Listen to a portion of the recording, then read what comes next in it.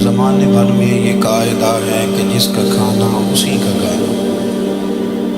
حکیم الامت فرماتے ہیں کہ زمانے بھر میں یہ قاعدہ ہے کہ جس کا کھانا اسی کا گانا، تو جن کا ہم کھا رہے ہیں انہی کے پھر گیت ہم گا رہے ہیں۔ کائنات ارضی اور سماوی پر سب سے بڑا، سب سے شاندار، سب سے خوبصورت، سب سے ٹھنڈا، سب سے امن والا جو انقلاب ہے وہ میرے نبی پاک نے بڑی یہ کم نصیبی ہے کہ مسلمانوں میں فرقے بن گئے اور امت تقسیم ہو گئی اور تقسیم ہونے سے کمزور ہو گئی۔ لیکن افسوس کی بات یہ ہے کہ لوگ اس بات کو سمجھنے سے عاری ہیں کہ عید میلاد النبی صلی اللہ تعالیٰ علیہ وسلم تو امت اس بات کے شکر کے طور پہ مناتی ہے کہ اللہ نے ہمیں اپنے نبی کا غلام بنایا۔ آؤ میں تمہیں مسلم شریف پڑھ کے سناتا ہوں، اور راوی بھی وہ بندہ جو ہر وقت حضور کے قریب رہتے تھے، حضرت انس بن مالک رضی اللہ تعالیٰ۔ آپ فرماتے ہیں مجھے وہ دن بھولتا ہی نہیں، میں بھلا سکتا ہی نہیں جس دن میرے نبی پاک مکے سے ہجرت کر کے مدینہ طیبہ تشریف لائے۔ حضور اس دن کیا ہوا تھا؟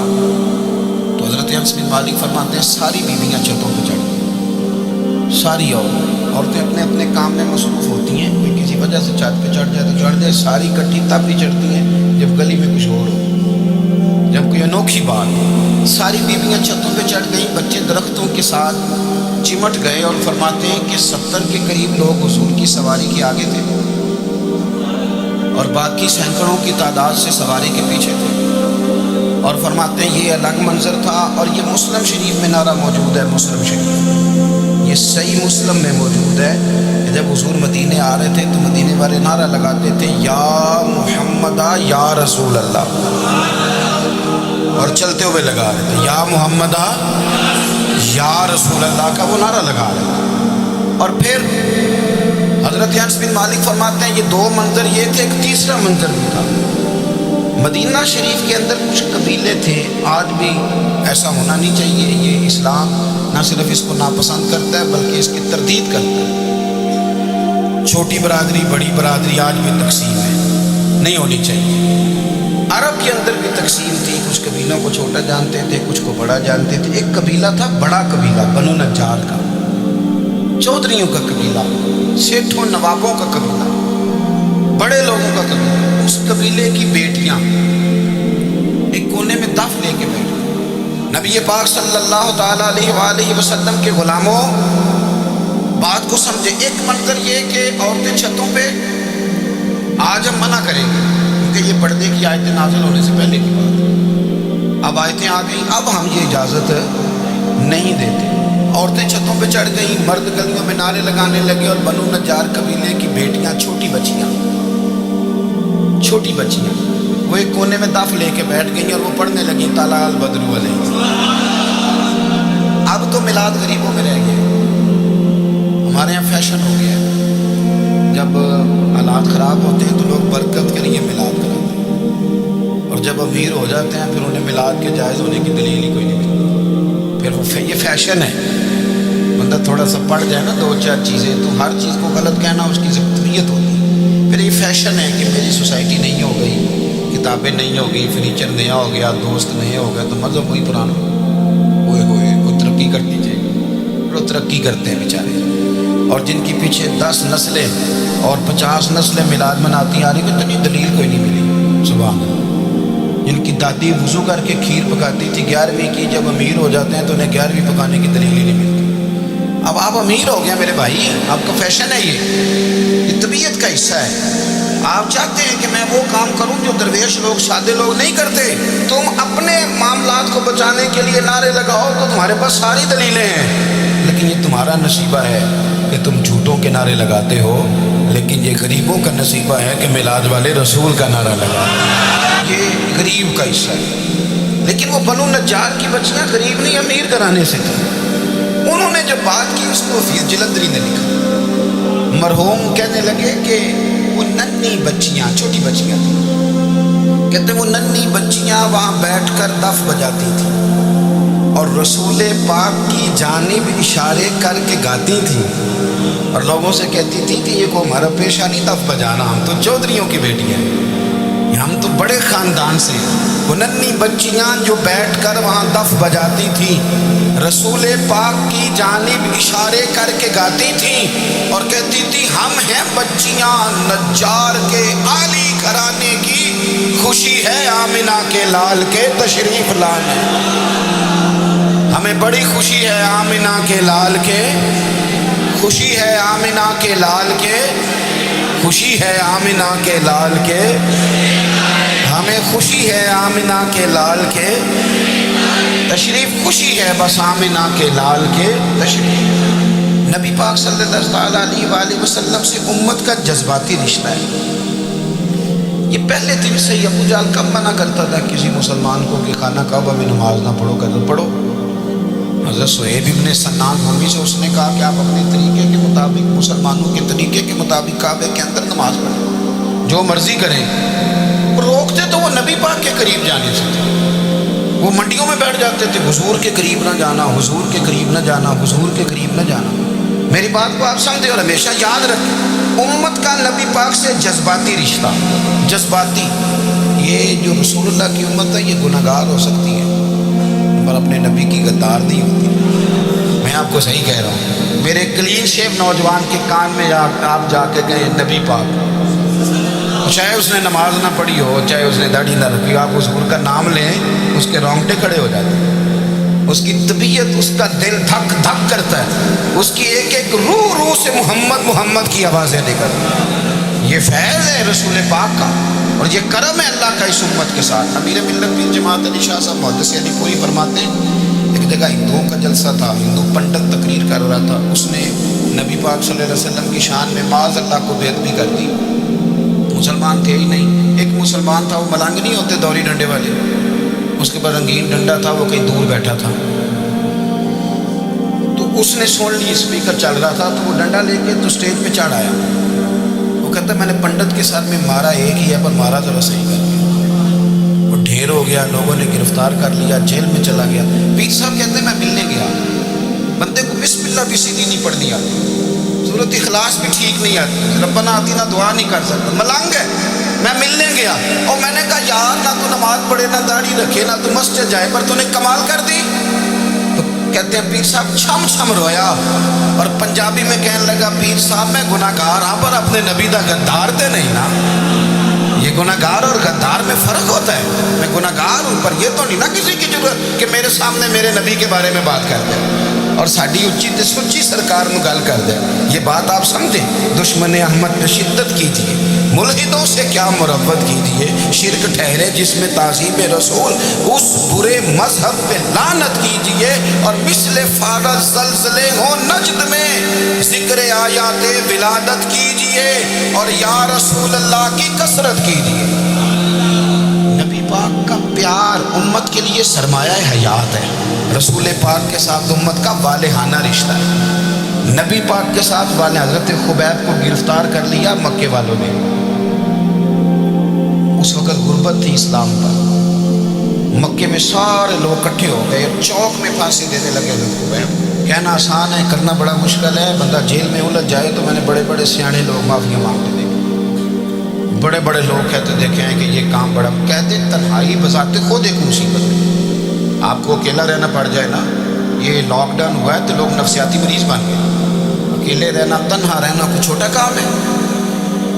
حضرت خبیب اکیلے اور مکے کا دور اور چاروں جانب کافر، اور چوک میں جب پھانسی پہ لٹکایا جانے لگا تو ابو سفیان بولے اور بول کے کہنے لگے یار بندہ کوئی کام کر کے بڑا پچھتاتا بھی ہے، یار نتیجہ کیا نکلا؟ تو معاذ اللہ آپ کا بھی نتیجہ تو پھانسی ہے، تو آپ کا کیا خیال ہے؟ یہ آپ یقین کریں کہ لوگ صحیح صحیح ساتھ چلتے ہیں، تھوڑی سی دشواری اٹھانی پڑ جائے تو کہتے ہیں میں گاڑی ٹھیک کروں، پر انہیں پتھروں پہ چل کے اگر آ سکو تو میرے گھر کے راستے میں کوئی کہکشاں نہیں۔ لوگ نا میٹھا میٹھا کھانا چاہتے ہیں، تھوڑا کڑوا آ جائے تو مصیبت بن جاتی ہے، کہتے ہیں سارے فلانوں سے پیار کریں گے تو میں کروں گا، سارے مخالفت بھی کریں گے تو ہم انشاءاللہ پیار ہی کریں گے۔ یہ کیا بات ہوئی کہ ہم زمانے کا رنگ دیکھ کے چلیں گے؟ اب بعض لوگ پچھتا رہے ہوتے ہیں۔ حضرت خبیب سے کہا، ابو سفیان نے ابھی کلمہ نہیں پڑھتے تھے، کہنے لگے تو اس وقت پھانسی پہ لٹک رہا ہے اور تیرے نبی مدینے میں اور آرام میں، اور ان کے صحابہ آرام میں، اہل بیت گھر میں، تیرے ذہن میں اگر اس وقت یہ بات ہو کہ اس وقت تیری جگہ پہ وہ ہوتے، معاذ اللہ، پھر کیا ہوتا؟ مجمع غیروں کا، علاقہ غیروں کا، یہ ٹائم آیا تھا اب نعرہ رسالت لگانے کا، اب ٹائم آیا حضرت خبیب نے نعرہ رسالت لگانا ہے، پر لگانا کس طرح ہے کہ کافر یاد رکھیں۔ حضرت خبیب سے کہنے لگے اگر تیری جگہ حضور ہوتے تو پھر تیرا کیا خیال ہے؟ معاذ اللہ۔ تو حضرت خبیب کہنے لگے تم ابھی بھی نہیں سمجھے؟ ٹھیک ہے میں مکے میں اکیلا ہوں، سارے لوگ مدینے میں ہیں، پر میں پچھتا نہیں رہا، میں تو فخر کر رہا ہوں، میں فخر کر رہا ہوں اس لیے کہ چوری کر کے جان نہیں دے رہا، مدینے والے کی عزت پہ جان دے رہا ہوں، میں فخر کر رہا ہوں۔ فرمایا سن، تو کہتے ہیں تیری جگہ حضور ہوتے اور تم انہیں یہاں معاذ اللہ پھانسی میں لٹکاتے۔ فرمایا سن، میں تو یہ بھی پسند نہیں کرتا کہ میں گھر میں بیٹھا ہوں اور میرے نبی کو ہلکا سا کانٹا بھی چھپ جائے، ہمارا اپنے نبی سے محبت کا رشتہ ہے، ایک کانٹا بھی حضور کی قدم مبارک میں چبھے ہمیں برداشت۔ مجمع ان کا تھا، نعرے لگ رہے تھے، ہم نے مسلمان پکڑ لیا، لیکن حضرت خبیب نے اکیلے، اللہ کرے آپ کو میری بات کی سمجھ آئے، اللہ کرے آپ کو سمجھ آئے، اکیلے جب پھانسی کے تختے کے قریب نعرہ لگایا نا کہ میں تو کانٹا بھی نہیں چبھنے دوں گا اپنے نبی کو، اب سارے ہار گئے۔ اب اس ایک جملے نے نا ان کو شکست خوردہ کر دی، اب بول کچھ نہیں سکتے تھے، گردنیں جھک گئیں، اور جب سناٹا چھایا تو ابو سفیان ساتھ والے سے کہنے لگا باقی ساری باتیں اپنی جگہ پر ہیں، پر اصحاب محمد سے پیار تو بڑا ہی کرتے ہیں، اور وہ کچا رنگ للاری والا جڑا چڑھتا تے لیندا رہندا، اے عشق تیرے دا رنگ محمد چڑھ جائے پھر نہیں لیندا۔ کہا یار پیار تو یہ کرتے ہیں نا، اس میں کچھ شک والی بات؟ اس پیار سے کافر ڈرتا ہے۔ نبی پاک کے ساتھ جذباتی وابستگی، حضور کے ساتھ غلاموں کا جذباتی رشتہ، اور نبی پاک صلی اللہ تعالیٰ علیہ وسلم کی آمد پر تشکر کے جذبات۔ امام راضی نے لکھا ہے کہ حضرت موسیٰ کلیم اللہ علیہ السلام نے تورات کی تختیوں کے اندر ایک امت کا ذکر پڑھا کہ جو امت گناہ کا ارادہ کرے گی تو گناہ لکھا نہیں جائے گا جب تک کر نہ لے، اور نیکی کا ارادہ کرے گی تو رب ان کی نیکی لکھ دے گا، اور جب وہ کر لے گی تو اللہ 10 گنا اجر عطا کرے گا، اور وہ ایسی امت ہوگی کہ جن کے چہرے قیامت کے دن نور کی طرح چمکیں گے، اور وہ امت ہوگی جن کی اللہ تعالیٰ زمین ساری پاک فرما دے گا، جہاں نماز پڑھیں گے نماز ہو جائے گی۔ یہ تذکرے پڑھ کے تو حضرت موسیٰ کلیم عرض کرنے لگے اللہ یہ امت میری بنا دے، تو رب کریم نے فرمایا کہ موسیٰ نہیں، یہ تو میرے معبود کی امت، فرمایا یہ تو میرے نبی پاک کی امت، حضور کی امت۔ اللہ حضرت موسیٰ معمولی آدمی نہیں، وہ جلیل القدر پیغمبر ہے جن کا قرآن کے ہر سپارے میں تذکرہ ہے، کہیں واضح طور پہ کہیں اشارتاً، ہر پارے میں۔ اور حضرت موسیٰ اللہ کے وہ نبی ہیں جو رب سے ڈائریکٹ باتیں کریں کوئی تو کہا اے موسیٰ یہ امت تو میرے نبی کی ہے۔ حضرت موسیٰ علیہ السلام عرض کرتے ہیں، امام راضی نے لکھا کہتے ہیں اللہ پھر مجھے اپنی نبی کی امت میں شامل کر۔ وہ یار ہمیں لوگ کہتے ہیں میلاد نہ مناؤ، جس امت میں آنے کے لیے حضرت موسیٰ نے دعا مانگی، جس محبوب کی غلامی کے لیے، ہمیں تو دعا بھی کوئی نہیں مانگنی پڑی، اللہ نے فضل سے ہی مدینے والے کا غلام بنا دیا۔ ہم حضور کے تذکرے نہ کریں، ہم تشکر نہ کریں، ہم نبی پاک صلی اللہ تعالی وسلم کی نعت نہ پڑھیں، ہم حضور کے آنے پر جشن کا اظہار نہ کریں، اور وہ جائز طریقہ جس سے اظہار خوشی ہو سکے وہ میلاد پہ کرنا چاہیے، اور اس کے لیے اسباب بنانے چاہیے۔ امت کا ایک جذباتی انداز ہونا چاہیے نبی پاک کے ساتھ، ایک وارفتگی، ایک ذوق، ایک طبیعت کے اندر وجدان۔ نعرہ مطلب اس طرح نہ ہو کہ بس چل رہا ہے، میں نہیں ہوں قائل، میں کہتا ہوں پہلے تو کوئی لگائے نا، اور پھر نعرہ جب لگتا تھا نا تو مسلمانوں کے یہاں نعرہ لگتا تھا تو بڑے بڑے لوگ کانپ جاتے۔ صوفیاء نے لکھا ہے کہ حضرت عمر نے جب کلمہ پڑھا نا تو 39 بندے کلمہ پڑھتے تھے، تو نبی پاک نے رات کو دعا مانگی، اے اللہ عمر کو مسلمان کہہ کے اسلام کو عزت دے۔ حضرت عمر سویرے آ گئے، اس میں وہ تفصیل میں نہیں جاتا، بات لمبی۔ حضرت عمر جب آئے نا، انہوں نے آتے جب کہا نا کہ میں کلمہ پڑھنے آیا، تو حضور اتنے راضی ہوئے کہ نبی پاک نے کہا اللہ اکبر، تو صحابہ نے نعرے لگائے اللہ اکبر۔ اللہ اکبر، یعنی 40 لوگ مسلمان ہوئے تو نعرے لگے ہمارے صوفیاء کہتے ہیں حضرت عمر کے آنے پر جب نعرے لگے تو بتاؤ کہ وہ تو نعرہ تکبیر لگا، نعرہ رسالت کیوں نہیں لگا؟ تو کہتے ہیں گویا ہمیں حضور نے یہ سمجھایا ہے، حضور کے اشاروں نے سمجھایا ہے کہ میں اب اپنے نعرے خود تو نہیں نہ لگاؤں، میں نے تو اللہ اکبر کہہ دیا، عمر آ گیا ہے میرے نعرے لگاتا رہے، نعرے لگیں کہ حضرت عمر نے پہلے دن ہی کہا کہ حضور آپ سچے رسول ہیں تو چھپ چھپ کے نماز کیوں پڑھیں؟ شروع ہو گئے نعرے، حضور آپ سچے ہیں تو چھپ چھپ کے نماز کا کیا مانا ہو؟ حضور نے فرمایا تیرا کیا ارادہ ہے؟ کہ حضور سارے نہیں، ایک میں ایک امیر حمزہ، ایک لائن کے آگے وہ لگ جائے، ایک کے آگے میں لگ جائے، اور باقی مسلمان جتنے ہیں کل 40 تھے، پیچھے 18 19 بچے گئے، ایک لائن میں وہ ہو جائیں، ایک میں آگے، ایک میں امیر حمزہ ہو، ایک میں ہوں، تو دیکھ لیتے ہیں یہ ہمیں نماز کیسے نہیں پڑھنے دیتے۔ ہاں دیکھ لیتے ہیں، آئے نا میدان میں، ادھر آ ستمگر ہنر آزمائیں تو تیر آزما ہم جگر آزمائیں، اور غلامان محمد جان دینے سے نہیں ڈرتے، یہ سر کٹ جائے یہاں رہ جائے کچھ پرواہ نہیں کرتے۔ فرمایا بھی پتہ چل جاتا ہے، ایک لائن میں حضرت امیر حمزہ ہو گئے، ایک میں حضرت عمر ہو گئے۔ پہلے یہ مارتے تھے جو حرم شریف میں مسلمانوں کے طریقے پہ نماز پڑھتا تھا، یہ جلوسوں کی بڑی برکت ہے، اندر بیٹھے رہے نا چپ کر کے، نکل جائیں تو پتہ کچھ بھی نہیں چلتا، جب نکلتے ہیں لوگ کہتے ہیں جلوس کیا معنی ہے، تو میں بتاتا ہوں نا جلوس کا معنی کیا ہے۔ حضرت عمر نے باہر نکلے 2 لائنوں کا جلوس، لمبا بھی کوئی نہیں، بندے بھی 40، اور جناب فاروق اعظم باہر نکلے تو عمر کا نعرہ، عمر کا، حضرت عمر نے یوں کر کے آستینیں بازو کی چڑھا لی، اور اپنے گلے میں جو ان کے رومال تھا نا اس کو یوں سینے پہ باندھا، اور اس ہاتھ میں تلوار تھی تو یوں کر کے باہر لہرائی، کہنے لگے او مکے کے کافرو ادھر آؤ میرے سامنے، جس نے اپنی بیوی بیوہ کرانی، جس نے بچے یتیم کرانے ہوں وہ آئے میدان میں، مصطفیٰ کے غلام آج سڑکوں پہ نکل آئے میدان میں ہمارے سامنے ہمارا مقابلہ کرے، آئے نا میدان، ہم نکلے ہیں، اب ہم یہاں کعبے میں اعلانیہ نماز پڑھیں، ہم پڑھیں گے، طاقت ہے تو آؤ نا ہمارا مقابلہ کرو، آؤ۔ کفر بذات خود بہت بڑا جھوٹ ہے، اور جھوٹ کے پیر، بس 2 بندے نکلے تلواریں لے کے آگے تو پھر حضرت عمر نے اعلانیہ نماز پڑھوائی خانہ کعبہ۔ تو میرے بھائی رسول اللہ صلی اللہ علیہ وسلم کے غلام تو جب نعرہ لگاتے تھے تو ہو ہی کمال جاتا تھا۔ پھر بریلی کے امام بولے، کہنے لگے پیش حق مجدہ شفاعت کا سناتے جائیں، حضور قیامت کے دن آگے نا ہمارے آگے خوشخبری دیں گے، کہیں گے تم فکر نہ کرو، آ جاؤ میں تمہیں بخشواتا ہوں، میں تمہاری سفارش، آ جاؤ پیچھے۔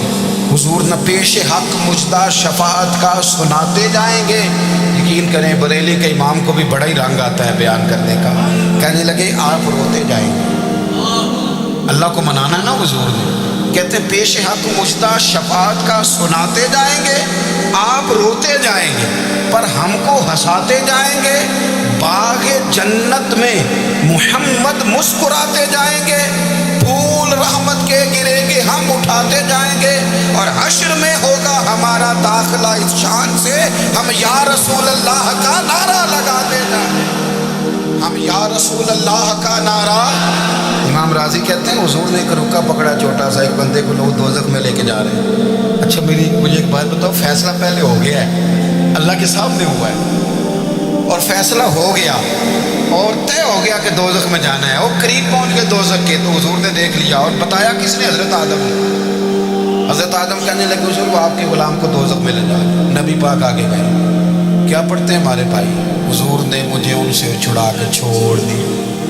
نبی پاک صلی اللہ علیہ وسلم آگے گئے، ادھر آؤ، کہاں لے کے جا رہے ہو؟ اللہ کے سامنے فیصلہ ہوا ہے، فرشتوں نے کیا ہے نا، فرشتے کو کسی سے بددیانتی تو نہیں نہ کرتے، فرشتوں نے جو کیا ٹھیک کیا ہے نا، کیوں لے کے جا رہے ہو؟ سنیا گناہ زیادہ ہے، نیکیاں تھوڑی ہیں، فرمایا میرے سامنے تو کسی فرشتے نے نہیں کہا کہ سونے ہم معاذ اللہ ہم کو بے ایمان ہے، ہماری کوئی سے زد چل ساڈا کو بننا سان جائے دینا، بھائی میرا مطلب ہے صحیح تولا ہے، فیصلہ ہے، فرمایا دوبارہ تولو۔